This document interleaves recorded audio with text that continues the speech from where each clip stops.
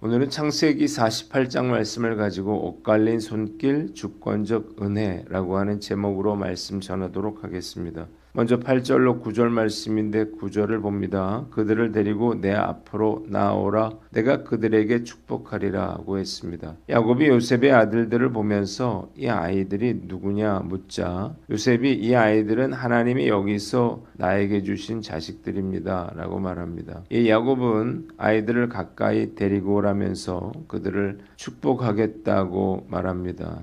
본문이 우리에게 주는 교훈이 있는데 차별하지 말고 품어주라는 거예요. 창세기 41장 45절을 보면 요셉의 아내 아스낫은 온 제국의 태양신을 섬기던 이방 제사장 보디베라의 딸이었습니다. 즉 므낫세와 에브라임은 순수한 히브리 혈통이 아니라 이방 종교의 피가 절반 섞인 혼혈아들이었다는 거예요. 당시 폐쇄적인 부족 사회의 기준이나 혈통적인 순결 주의로 보면 이들은 언약 공동체의 중심에 들어올 수 없는 심각한 결격 사유를 가진 존재들이었습니다. 자칫하면 이스라엘 언약 공동체에서 거부당할 수도 있었어요. 그러나 야곱은 손자들이 이방 혈통이라고 하는 조건을 전혀 문제 삼지 않았고 아무런 편견 없이 자신의 아들로 입적시킵니다. 이는 세상의 조건이나 순혈주의를 깨뜨리시고 오직 은혜 안에서 소외된 자들을 친백성 삼으시는 하나님의 우주적 포용성과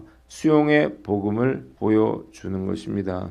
하나님의 언약 공동체는요, 세상의 혈통이나 배경, 과거의 조건으로 사람을 차별하거나 소외시키지 않으며 오직 은혜의 법 아래서 상처 입고 소외된 자들을 그리스도의 한 가족으로 조건 없이 수용해야 하는 것입니다. 이는 훗날 이방인이었던 우리를 십자가의 보혈로 씻기사 하나님의 친자녀와 후사로 삼아주실 양자됨의 복음을 미리 보여주는 예표가 되는 것입니다. 은혜의 공동체는 사람의 배경을 따지는 장벽을 허물고 주 안에서 누구나 주역이 될 수 있음을 선포하는 곳이어야 하는 거예요. 조선 말기인 1893년도에 미국 북장로교회에서 파송된 세뮤얼 무어 한국명 모삼열 선교사는 곤단골 지금의 을지로 부근에 교회를 세우고 복음을 전했습니다. 어느 날 고종 황제의 주치의였던 에비슨 선교사의 도움으로 장티푸스라고 하는 죽을 병에서 살아난 백정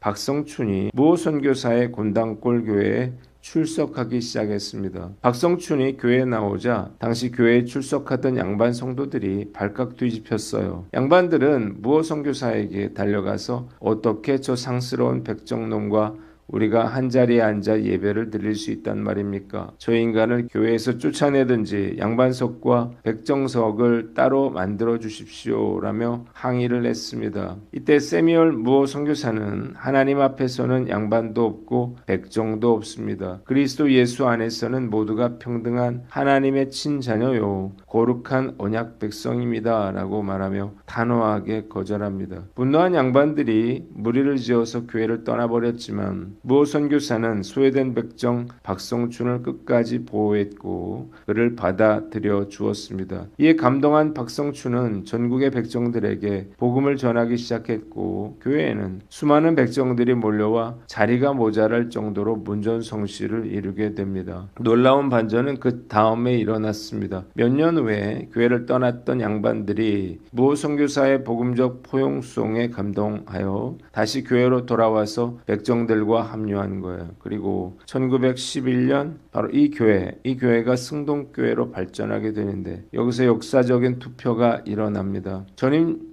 총리 대신의 아들이자 왕족이었던 양반 이재영과 백정이었던 박성춘이 동시에 교회의 초대 장로로 장립이 된 것입니다. 왕족과 백정이 그리스도 안에서 나란히 교회를 이끌어가는 영적인 대역사가 일어난 것입니다. 우리 순원들이나 성도들을 바라볼 때에 나도 모르게 세상적인 기준이나 학벌, 또 경제력, 지위 등으로 은근히 서열을 매기거나 소외시키려는 마음이 있었다면 철저히 회개해야 할 것입니다. 주님 안에서는 누구나 새로운 피조물이며 거룩한 언약의 주인공이 될 수 있는 거예요. 이 복음의 눈으로 영혼들을 바라보셔야 하는 것입니다. 또한 교회나 소그룹 안에 들어왔지만 기존 멤버들의 텃세나 스스로의 자격지심 때문에 적응하지 못하고 이방인처럼 주변부를 맴도는 분들이 있다면 그들을 찾아가서 당신은 우리 공동체에 꼭 필요한 사람입니다. 우리는 당신과 한 피바다 한 몸을 이룬 형제입니다. 라면서 따뜻하게 품어 주어야 할 것입니다. 우리 교회는 불신자들이 전도되어 세워진 교회라 새로운 성도들을 받아들이는데 전혀 거리낌이 없습니다. 정말 감사한 일인데요. 앞으로도 내가 정한 틀에 부합하지 않는 이들이 있더라도 소외시키지 않고 하나님의 사랑으로 품어줄 수 있는 교회로 세워 나가야 할 것입니다. 주님께서 은혜를 우리 하인교회 부어 주시기를 주님의 이름으로 축원합니다. 두 번째 10절로 11절인데 11절을 봅니다. 내가 내 얼굴을 보리라고는 생각하지 못하였더니 하나님이 내 자손까지도 보게 하셨도다 그랬습니다. 나이가 많아 눈이 어두워진 야곱은 요셉이 데려온 두 손자 에브라임과 므낫세를 사랑으로 입맞추고 끌어안았습니다. 그리고 과거에 잃어버린 줄만 알았던 요셉의 얼굴을 다시 보게 된 것도 모자라 손자들까지 보게 하신 하나님의 생각지 못한 넘치는 은혜와 신실한 돌보심을 감격하며 고백을 했습니다. 본문이 우리에게 주는 교훈이 있는데 반전의 은혜를 베푸시는 주님을 기대하라는 것입니다. 과거 야곱은 요셉의 채색 옷에 묻은 피를 보면서 내 아들이 짐승에게 찢겨 죽었다고 확신하며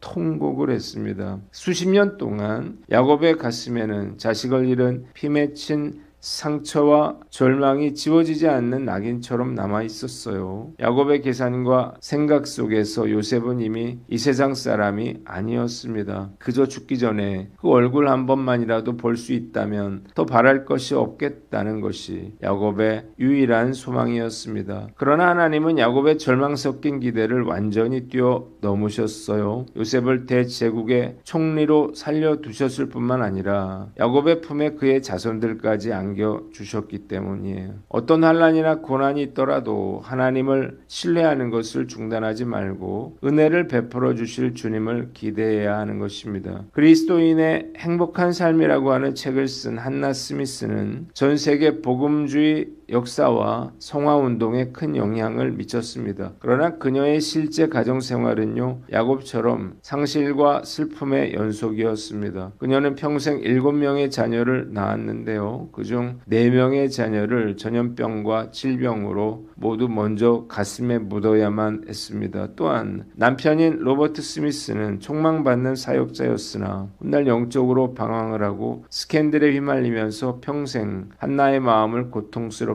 했어요. 그러나 그녀는 이런 비극적인 상황 속에서도 내 인생은 슬픔으로 끝났다고 낙심하지 않았습니다. 오히려 그 고통 속에서 하나님을 온전히 신뢰하는 법을 배웠고 그녀가 쓴 글들은 전 세계에 상처받은 그리스도인들을 치유하는 영적 양식이 되었습니다. 그녀는 마지막 순간에 자녀와 손자들에게 둘러싸여서 이렇게 고백을 했다 그래요. 내 인생의 장막에는 수많은 슬픔의 폭풍이 불어왔지만 하나님은 한 번도 나를 떠나지 않으셨습니다. 나는 그저 하루를 견디기를 바랐을 뿐인데 하나님은 내 슬픔을 통과해 수많은 영혼을 먹이는 영적 어머니로 나를 키워주셨습니다. 하나님의 은혜는 늘 내 생각보다 과분했습니다. 저도 제 삶을 돌아보면요. 과거에 이 문제만 해결되면 정말 좋겠다고 고민하고 애태웠었지만요. 지금은 상상치도 못했던 영적인 은혜와 가족과 공동체의 축복을 누리고 있음을 깨닫게 됩니다. 내 상식과 좁은 계산의 틀 안에 하나님의 일하심을 가두지 말고 상실의 아픔을 넘어 상상치도 못했던 반전의 은혜를 예비하시는 주님을 기대해야 할 것입니다. 하나님이 베풀어 주신 과분한 은혜들을 세워보며 원망과 불평의 입술을 닫고 야곱처럼 마지막 순간까지 하나님의 신실하심을 뜨겁게 찬송하는 저와 여러분들 되시기를 주님의 이름으로 축원합니다. 마지막으로 12절로 22절인데 19절을 봅니다. 그의 아우가 그보다 큰 자가 되고 그의 자손이 여러 민족을 이루리라고 했습니다. 요셉은 아버지가 축복하기 편하도록 장자 므낫세를 야곱의 오른손 쪽에 찾아 에브라임을 왼손 쪽에 세웁니다. 그러나 야곱은 의도적으로 두 팔을 엇바꾸어서 차남 에브라임의 머리에 오른손을 장남 므낫세의 머리에 왼손을 얹고 조상의 하나님이자 자신을 평생 기르시고 건지신 목자 하나님의 이름으로 축복을 합니다. 요셉이 이를 보고 당황하여 아버지의 손을 바꾸려고 했지만요. 야곱은 나도 안다면서 에브라임의 형보다 더 큰 민족을 이룰 것이라고 선포합니다. 야곱은 조상들의 땅으로 돌아가게 하실 하나님의 언약을 확증하며 요셉에게 아모리 족속에게서 빼앗았던 세겜 땅을 더해주겠다고 약속을 합니다. 본문이 우리에게 주는 교훈이 있는데 영적인 유연성을 가지라 하는 거예요. 13절에 요셉은 관례에 따라서 장자 므낫세를 야곱의 오른손 아래에 배치했습니다. 그러나 야곱은 육신의 눈이 어두웠음에도 불구하고 손을 어긋맞게 얹음으로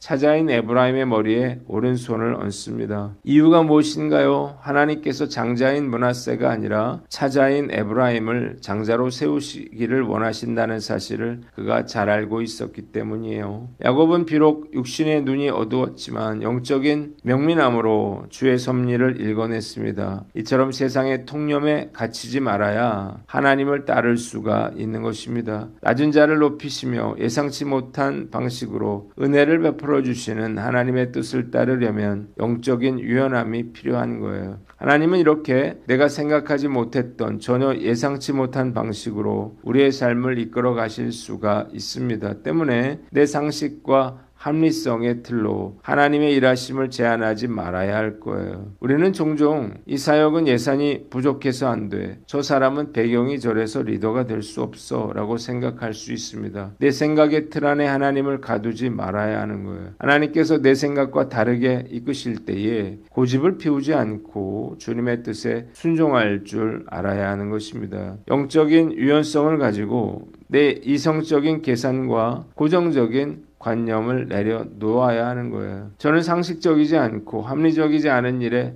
순종하는 것을 매우 힘들어합니다. 한마디로 영적인 유연성이 부족한데요. 그러나 영적인 눈이 살아있다면 야곱처럼 하나님의 뜻을 분별할 수 있을 것이고 하나님의 뜻이라는 확신만 있다면요. 순종할 수도 있을 것이라고 믿습니다. 오늘 난 어떤가? 우리 자신을 돌아보고 내 계획보다 하나님의 엇바뀐 손길이 오르며 가장 좋은 미래로 나를 인도해 가고 계심을 믿고 이해되지 않는 일이라도 유연성을 가지고 온전히 순종하는 저와 여러분들 되시기를 주님의 이름으로 축원합니다. 기도하겠습니다. 하나님 아버지 차별하지 않고 품어주며 반전의 은혜를 베푸시는 주님을 기대하고 영적인 유연성을 가지고 순종케 하여 주시옵소서.